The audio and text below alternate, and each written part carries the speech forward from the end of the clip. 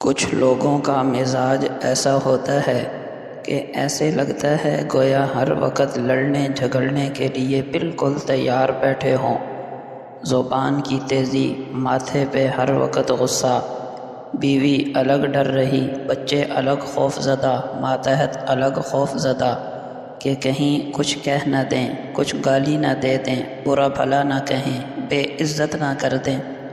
ایسا آدمی جس کا یہ مزاج ہو، ہر وقت لڑنے جھگڑنے والا، غصے والا، اللہ کے رسول صلی اللہ علیہ وسلم فرماتے ہیں ایسے آدمی سے اللہ نفرت کرتے ہیں۔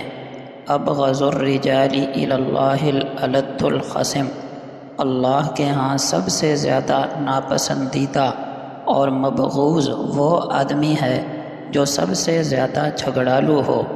اور بتائیے، جب اللہ کسی سے نفرت کرنے لگ جائیں اور کوئی اللہ کا مبغوض بندہ بن جائے، دنیا آخرت میں اس کا ٹھکانہ کہاں ہوگا؟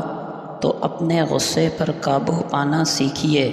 ایک صحابی آئے، کہا یا رسول اللہ صلی اللہ علیہ وسلم، مجھے کچھ ایسے کلمات بتائیے جنہیں میں زندگی کا حصہ بنا لوں، اور وہ کلمات زیادہ بھی نہ ہوں کہ کہیں میں بھول نہ جاؤں۔ آپ صلی اللہ علیہ وسلم نے ان کے مزاج کو دیکھتے ہوئے فرمایا کہ اجتنب الغضب، غصے سے بچو، غصے سے بچو۔